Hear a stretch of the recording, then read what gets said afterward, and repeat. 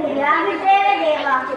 ದೇವಿದೇವೆ ಕೇಳಿ, ಬೆಂಕಿ ಹುಟ್ಟಿದ ಸ್ಥಳವನ್ನೇ ಸುಡುವಂತೆ ಅಜ್ಞಾನ, ಅಹಂಕಾರ, ಅವಿವೇಕಗಳು ನಿಮ್ಮಲ್ಲಿ ಆಶ್ರಯ ಪಡೆದಿವೆ.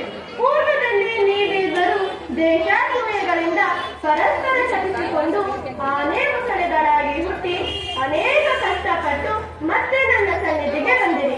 ಈಗ ಮಹಾವೇದವಾದಿಗಳಾದ ಬ್ರಹ್ಮಮಾನಸ ಪುತ್ರಗಳನ್ನೇ ಅಪಮಾನ ಮಾಡಿದ್ದೀರಿ.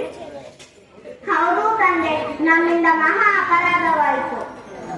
ಯಾರೇ ಆಗಲಿ ಅಪರಾಧಕ್ಕೆ ತಕ್ಕ ಪ್ರಾಯಶ್ಚಿತ್ತವಾಗಲೇಬೇಕಲ್ಲವೇ?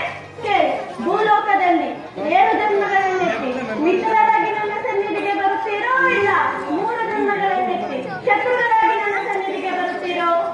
ಪ್ರಭು, ಹೆಚ್ಚು ಕಾಲ ನಿನ್ನ ಸನ್ನಿಧಿಯನ್ನು ಬಿಟ್ಟು ಇರಲಾರೆವು.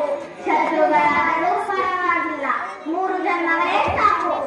ದೇವಿದೇವರೇ ಕೇಳಿ, ಮೊದಲನೇ ಜನ್ಮದಲ್ಲಿ ದಿತಿಗರ್ಭ ಸಂಜಾತರಾದ ಹಿರಣ್ಯಕಶಿಪು ಮತ್ತು ಹಿರಣ್ಯಾಕ್ಷ ಸಹೋದರರಾಗಿಯೂ ಮತ್ತು 2ನೇ ಜನ್ಮದಲ್ಲಿ ತ್ರೇತಾಯುಗದಲ್ಲಿ ರಾವಣ ಕುಂಭಕರ್ಣರಾಗಿಯೂ ಹಾಗೂ 3ನೇ ಜನ್ಮದಲ್ಲಿ ದ್ವಾಪರ ಯುಗದಲ್ಲಿ ಶಿಶುಪಾಲ ವಕ್ರದಂತರಾಗಿಯೂ ಜನ್ಮ ಪಡೆಯಿರಿ. ತಥಾ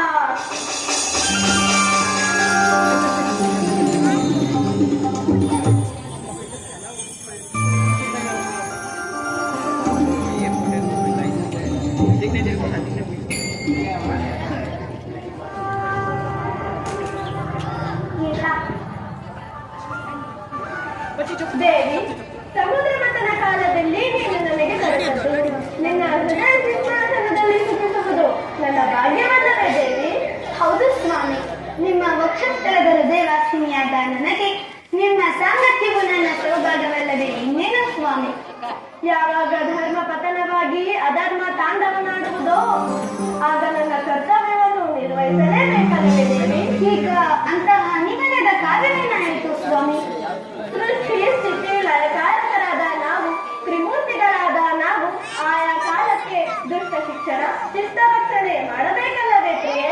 ಸ್ವಾಮಿ, ಈ ನಿಮ್ಮ ದೇವಿಯು ಅತ್ಯದ್ಭುತವಾದದ್ದು. ಕಾಂತಮಣಿ, ನನ್ನ ಭಕ್ತರ ಮಹಿಮೆಯನ್ನು ಹೇಳಬೇಕಾದೇನಿರುವುದು ಎಲ್ಲವೂ ನಿನಗೆ ವ್ಯಕ್ತವಾಗಿಯೇ ಕಾಣುವುದು. ನಡೆ. ಹಾಗೆ